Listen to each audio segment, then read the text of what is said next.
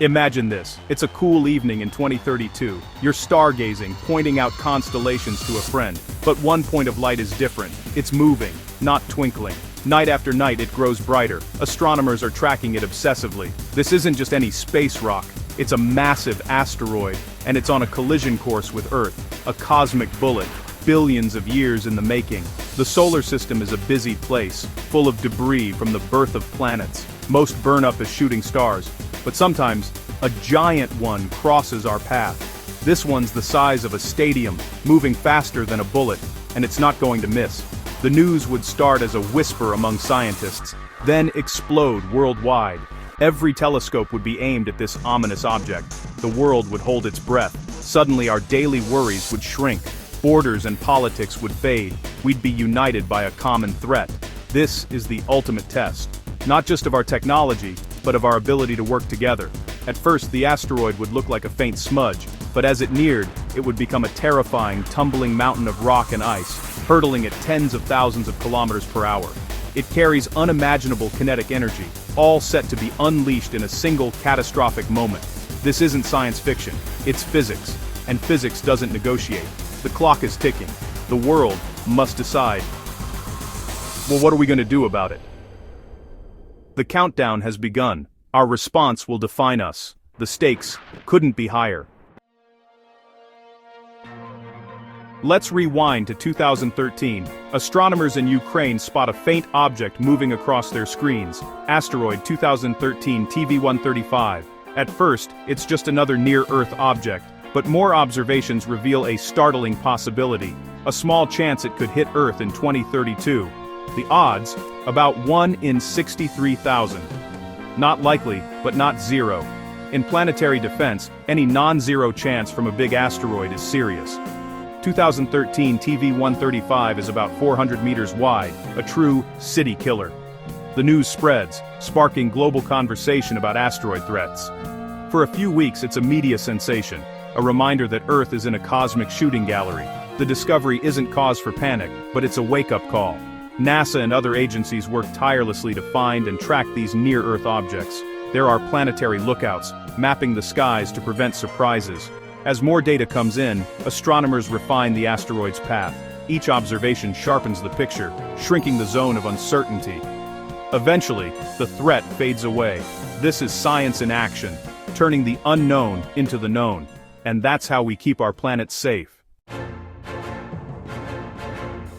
What's a city-killer asteroid? It's dramatic and accurate. We're talking about asteroids 140 meters to 1 kilometer wide, too big to burn up in the atmosphere. They punch through, striking with the force of thousands of nuclear bombs. The Chelyabinsk meteor in 2013 was only 20 meters wide, yet its shockwave injured over 1,500 people. Now imagine an asteroid 20 times wider. The energy increases exponentially. A city killer wouldn't just destroy a city, it would obliterate it, leaving a crater kilometers wide. The kill zone would be vaporized instantly. The devastation would ripple out: earthquakes, air blasts, wildfires. That's why NASA's priority is to find 90% of near-Earth asteroids over 140 meters. Finding them is the first step. If you don't know they're coming, you can't stop them. With better telescopes, we're turning cosmic threats into manageable challenges. Every asteroid we track is one less surprise. Let's run a simulation. Picture a bustling city: New York, Tokyo, London. Now imagine a 400-meter asteroid about to hit. A blinding fireball streaks across the sky. No sound at first, just a surreal silence. Impact is instant. The asteroid and ground vaporize, creating a crater miles wide. The energy release dwarfs the largest nuclear bomb ever detonated.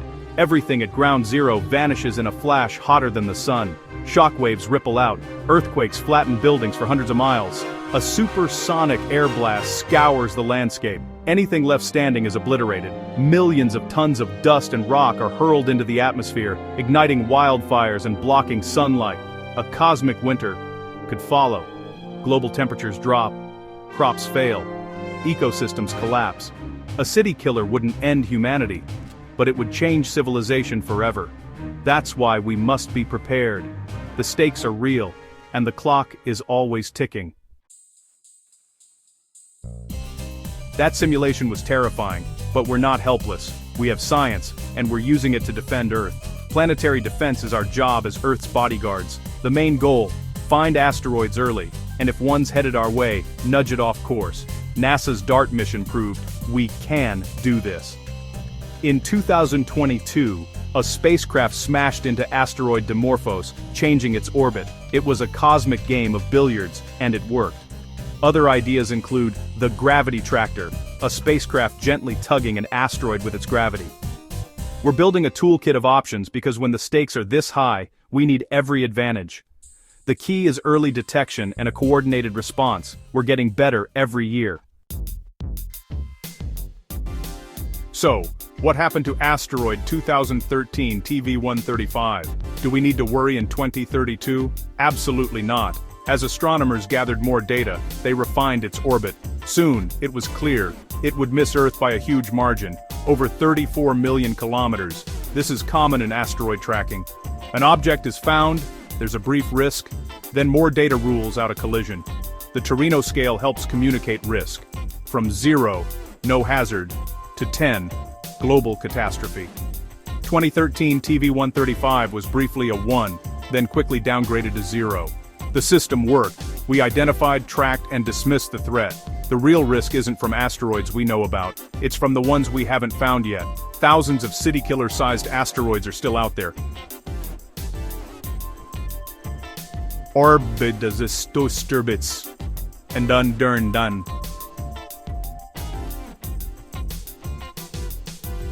That's why finding and tracking them is so critical. The mission isn't over until we've mapped them all. No more surprises. What if we find an asteroid on a collision course with little warning? It's not just about technology, it's about coordination and emergency response. NASA and international agencies run detailed tabletop exercises, simulating impact scenarios. These drills test communication, decision-making, and global cooperation. Who leads the deflection mission? How do we avoid panic? What if the mission fails? If deflection isn't possible, focus shifts to evacuation and disaster relief. Predicting the impact zone allows for targeted evacuations, the largest in history if needed. The challenges are immense, but preparation is our best defense. Practice doesn't make perfect, but it makes us ready. Knowing when and where an impact will happen is a powerful advantage.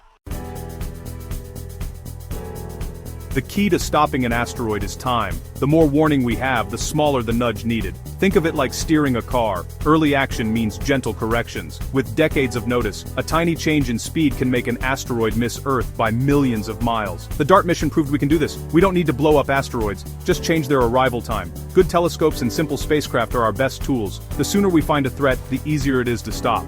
The most important part of planetary defense is finding the threats early. Knowledge is our first and most powerful line of defense.